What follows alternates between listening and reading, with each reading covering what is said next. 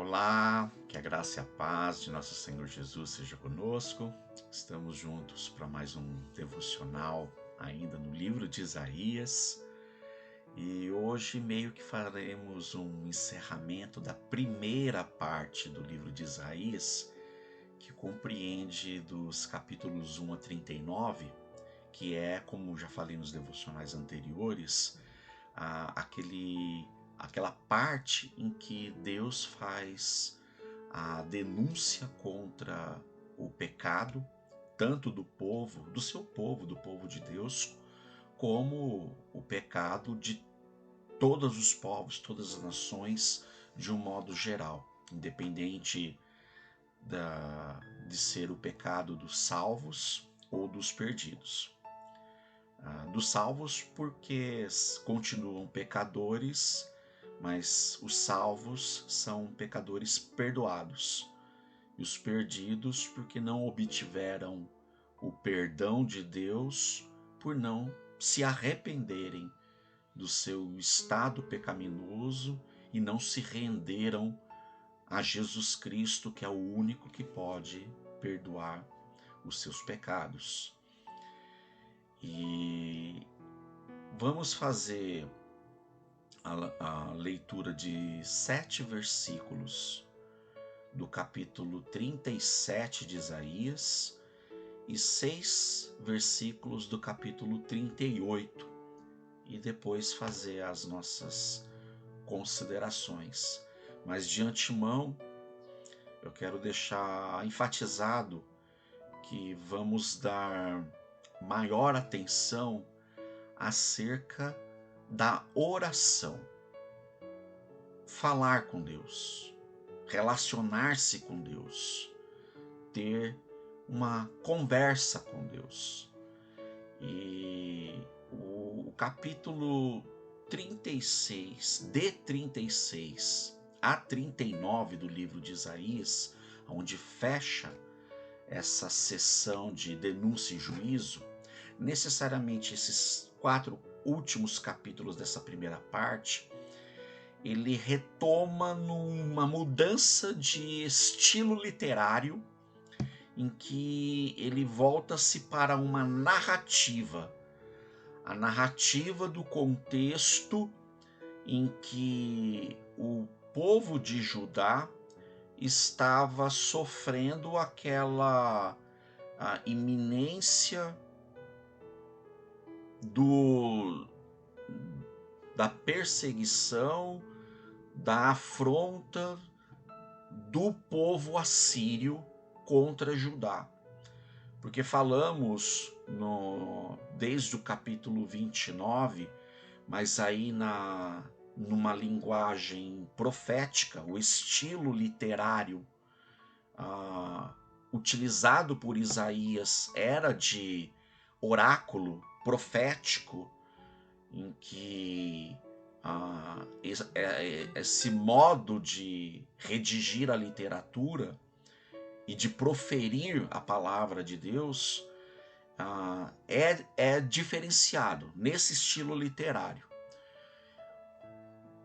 Aqui de 36 a 39 ele cai numa narrativa, depois iniciando-se a segunda parte, que é de 40 a 66, retoma a literatura oracular, profética, em que o estilo literário é diferente deste compreendido na sua forma narrativa.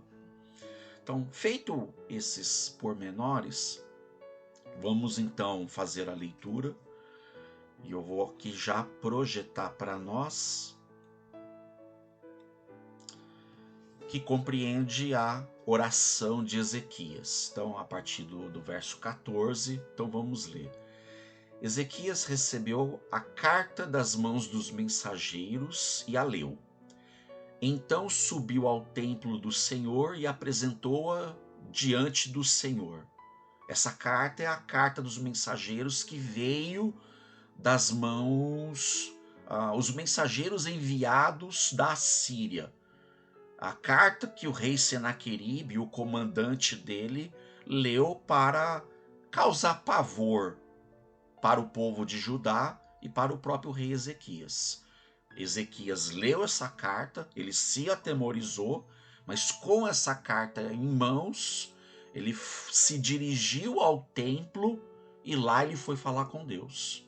Então subiu ao templo do Senhor, apresentou-a diante do Senhor e orou: Senhor dos exércitos, Deus de Israel, cujo trono está entre os querubins, só tu és Deus sobre todos os reinos da terra. Tu fizeste os céus e a terra. Dá ouvidos, Senhor, e ouve. Abre os teus olhos, Senhor, e vê.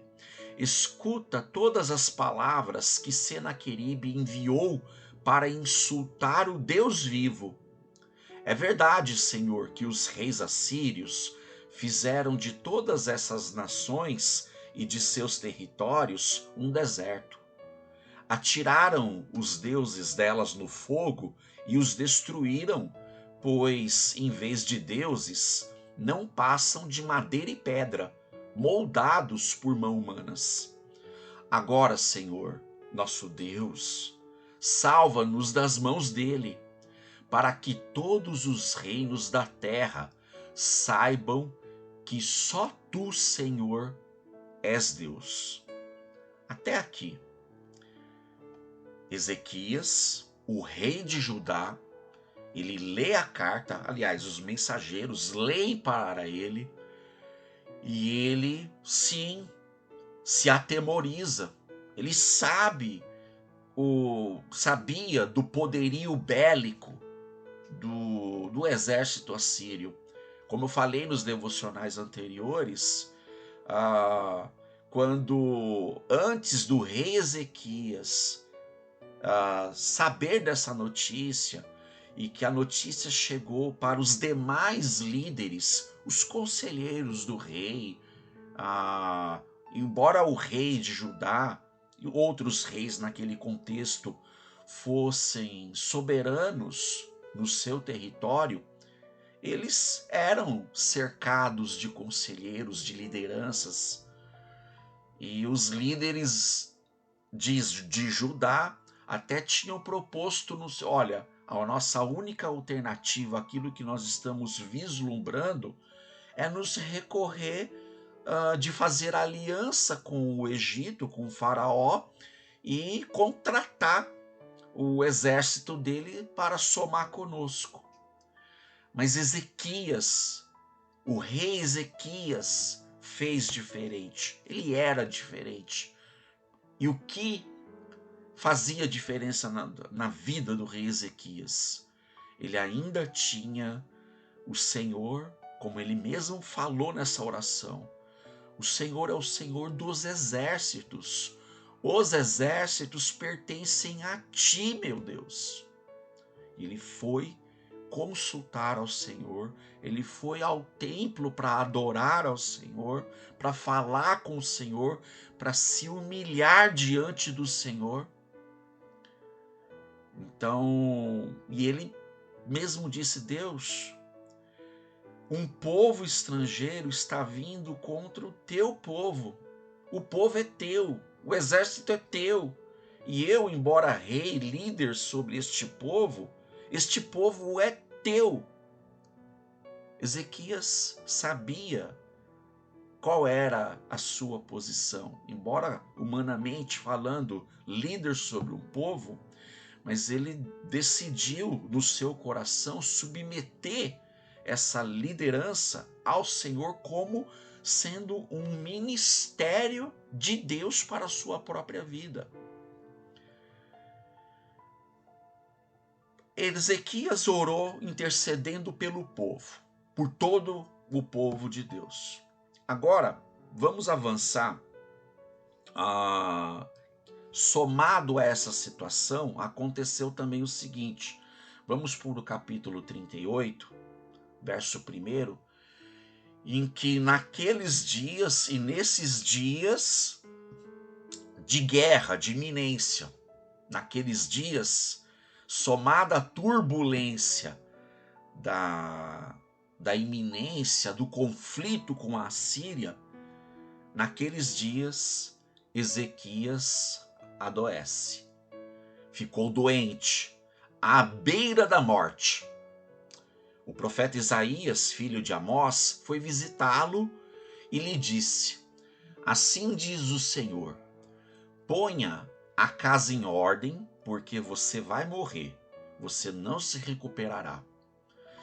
Ezequias virou o rosto para a parede e orou ao Senhor: lembra-te, Senhor, de como tenho te servido com fidelidade e com devoção sincera. Até aqui, me esqueci de projetar a capa da nossa devocional, que é este versículo. Então, só para dar uma ilustrada aqui, vou aqui projetar.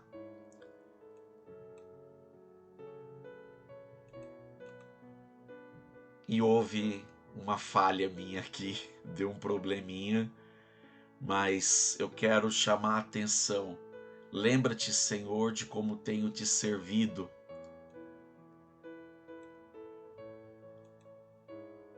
De como tenho te servido com fidelidade e com devoção sincera. Deu erro aqui na minha capa, acontece, mas vamos seguir em frente. Como estamos falando acerca da oração, como eu disse no ensino. Ezequias, ao ouvir a mensagem do profeta Isaías, como lemos no versículo anterior, isso se turbou mais ainda o seu coração, e Ezequias mais uma vez decidiu confiar no poder da oração. Como, voltando um pouquinho, em que está escrito aqui no verso 2, Ezequias virou o rosto para a parede e orou. Ele ouviu a mensagem do profeta, mas ele decidiu falar diretamente com Deus. Deus, é isso mesmo? Eu não vou me recuperar? Isso causou-lhe um pavor no coração. E aí ele fala: Deus, lembra-te de mim, de como tenho te servido com fidelidade e com devoção sincera. Quero deixar claro que Ezequias não utilizou desse argumento para barganhar com Deus. Deus, eu tenho te servido com fidelidade e com devoção sincera. Com base nisso, eu quero falar com o Senhor. Não se trata de um argumento de quem se coloca par a par. Não. Ele apenas, num estado de profunda amargura no coração, assim, profunda tristeza, pavor.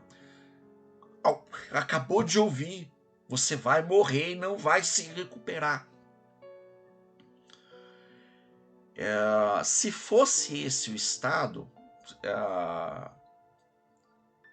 quero trazer à memória também quando Jesus contou uma parábola acerca da humildade e da exaltação, quando ele falou aquela parábola do fariseu e do publicano, em que ambos se dirigiram ao templo para orar, e o fariseu, o religioso da época, né, ele, todo orgulhoso, prepotente, orou assim: Deus, obrigado por me permitir chegar aqui, obrigado, Senhor, pela minha vida, obrigado, Deus, porque eu não sou como esse publicano que está aqui atrás, porque eu tenho lhe servido, tenho dado-lhe o dízimo de tudo, eu não sou como este aqui.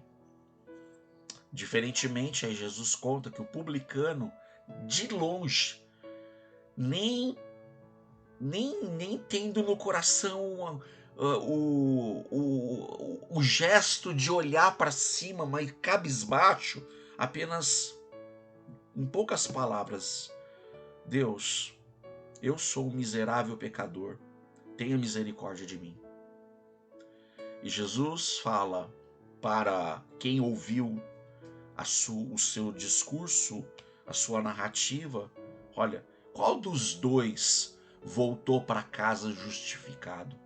Ele já se antecipou, eu digo por certo, foi este publicano, porque ele reconheceu a sua miséria e confiou naquele que poderia exercer misericórdia, e não quem orava confiado na sua própria justiça. Aqui Ezequias, ele já tinha ouvido uma sentença, mas assim, não, eu sei que Deus interage por meio da oração. Minha última e única alternativa é orar, é confiar. E deitado à beira da morte, sem forças para se pôr de pé, deitado mesmo, ele vira para a parede e ora, como acabamos de ler aqui. E Ezequias chorou amargamente. Então a palavra do Senhor veio a Isaías: vá dizer a Ezequias, assim diz o Senhor, o Deus de seu antepassado Davi: ouvi a oração e vi suas lágrimas. Acrescentarei 15 anos à sua vida. Eu livrarei você e esta cidade das mãos do rei da Síria. Eu defenderei esta cidade. Então, assim, naqueles dias, em todo esse contexto. E uma das explicações de também Ezequias ter chorado amargamente, Isaías havia dito: olha, põe a tua casa em ordem. Naqueles dias, Ezequias ainda não tinha um herdeiro, não tinha um filho. E se morresse, e aí? Quem seria o próximo descendente da linhagem de Davi? Bom, poderia ser um de seus irmãos. Não faltaria linhagem, mas ele não tinha um herdeiro. E como lemos aqui, que Deus lhe acrescentou mais 15 anos. Depois desses 15 anos, ele teve um filho chamado Manassés, e Manassés, com 12 anos após a morte de Ezequias, assumiu o trono. Mas vamos nos focar aqui na oração. Como podemos ver aqui, a princípio, chegando lá no verso 1, quando Isaías foi visitar Ezequias doente, ele trouxe uma palavra da parte de Deus. Assim diz o Senhor: põe a tua casa em ordem. Temos que ver dois aspectos aqui. No estado, olhando pela perspectiva da soberania de Deus, da onisciência de Deus, da onipotência, de todos os seus atributos divinos,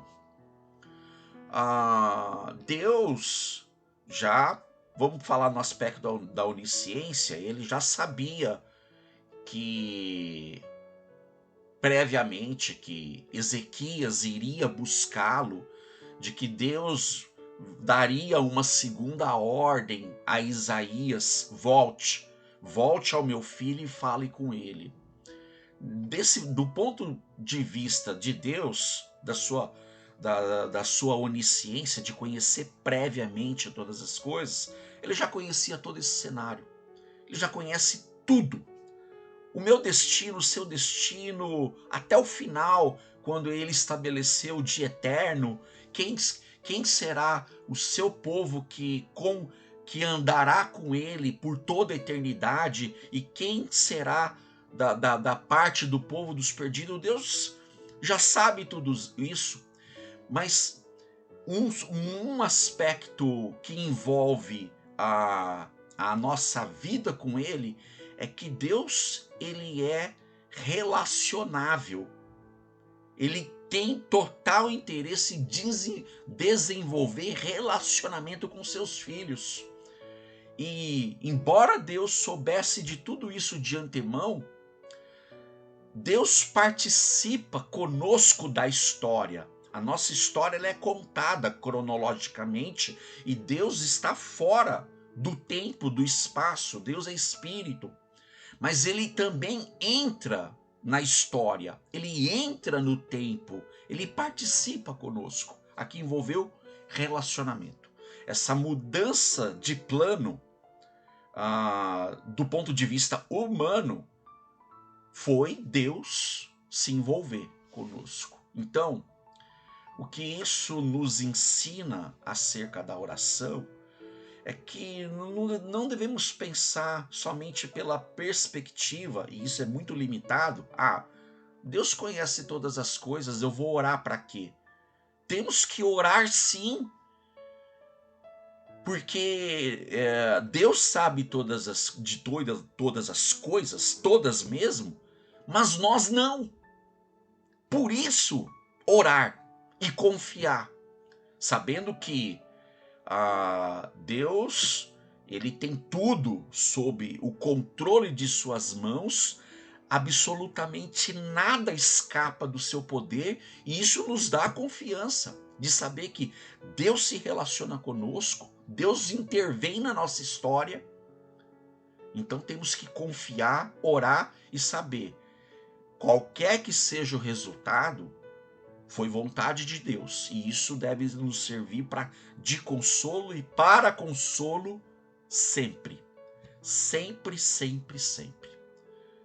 Meu querido, minha querida, qualquer que seja a situação que te faz, como no caso de Ezequias, de chorar amargamente, uma preocupação angustiante, aflitiva, de tormento, de tempestade mesmo. Nós não somos autossuficientes, não. E perdido está quem pensa assim, que acha que é autossuficiente e não precisa de Deus na vida. Precisa sim. Não temos outro a quem recorrer. Então, qualquer que seja a situação, e não somente por causa da situação em si, mais do que isso, simplesmente para nos relacionarmos com Deus a todo momento. Orar sempre, como disse o apóstolo Paulo lá em Tessalonicenses 5, orai sem cessar, sempre, sempre, sempre, sempre. Deus quer que tenhamos vida de oração, de constante dependência e confiança nele. Nos momentos tranquilos da vida, simplesmente para agradecer, Pai, obrigado. Obrigado pelo ar que respiro, pelo dia que amanhece, por ter me feito acordar. Obrigado, Pai, pelo meu trabalho, pelo meu emprego, pela minha família, pelo meu povo, pela igreja, por essa sociedade que me cerca, por mais difícil que ela seja, mas em todo contexto, em toda circunstância, o Senhor se utiliza disso para moldar, lapidar, formar o meu caráter em Cristo na tua presença. Pai, obrigado. Em outros contextos, sim, de tristeza, de angústia, Deus, necessito do teu socorro, e o Senhor é o socorro bem presente no dia da angústia. Deus quer vida relacionável com Ele. Ele é nosso Pai. Nós somos os seus filhos, nós que um dia nos rendemos a Ele por fé e arrependimento. Podemos participar dessa relação de família. Ele é nosso amigo, companheiro. Ele também é o nosso Senhor, aquele que dá o comando para as nossas vidas, e nós somos os seus servos. Mas somos pessoas, e Deus, pela sua graça, se permitiu, repito, se permitiu relacionar-se conosco, porque ele não precisava disso. Isso é mais uma demonstração de um ato da graça, da misericórdia, benevolência, amor de Deus para conosco. Ele se revelou, ele decidiu se fazer acessível a nós e está acessível, é acessível. Nós é que muitas vezes não o buscamos, porque caímos e nos incorremos no erro de confiar em nós mesmos e não no Senhor nosso Deus. Busque a Deus e pode ter certeza, mudando ou não o curso da história, Ele é Deus, Deus é Deus, e estaremos no centro da tua vontade, qualquer que seja o curso da história, quando estamos confiando toda a nossa vida, todo o nosso ser a Ele. A oração tem poder, como escreveu Tiago, a oração do justo pode muito em seus efeitos. Ore, meu irmão, ore, minha irmã. Se você ainda não se entregou a Cristo, ore pedindo perdão pelos seus pecados, ore dizendo: Deus, eu decido por confiar a minha vida a Ti e me entrego. Eu antes achava que era dono da minha vida, não sou. Tá aqui a minha vida, toma em Tuas mãos, toma o meu ser.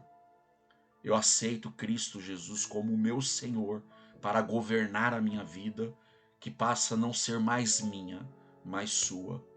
E para quem já fez esse ato, para quem já se entregou, para quem já se rendeu, continue vivendo com Deus em oração. Tá certo? Falando em oração, vamos encerrar orando. Pai, obrigado, Senhor, por mais esse dia. Obrigado, Senhor, pelas palavras proferidas aos nossos corações, Senhor. Lembra-te, Senhor, de como temos vivido na Tua presença e não usando isso como uma autojustiça, mas lembrar de nós, estamos aqui e eu, o Senhor, é quem se fez acessível a nós, estamos falando diante de Ti. Eu estou falando diante de Ti, diante de um Deus vivo e verdadeiro. Deus, Criador dos céus e da terra, na pessoa do Pai, na pessoa do Filho Jesus, na pessoa do Espírito Santo.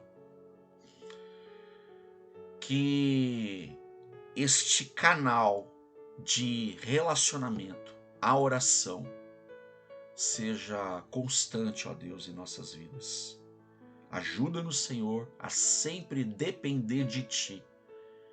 E na certeza, o Senhor participa conosco da história. A nossa história está em Tuas mãos. E obrigado, Pai, porque não estamos sós. Obrigado, Pai, por decidir que eu e todas as pessoas que se renderam a Ti ou que se renderão a Ti fazem parte da Tua família, Deus. Assim eu oro, agradecido em nome de Jesus. Amém. Meu querido e minha querida, tenha um excelente dia no Senhor. Ore. A oração pode muito em seus efeitos.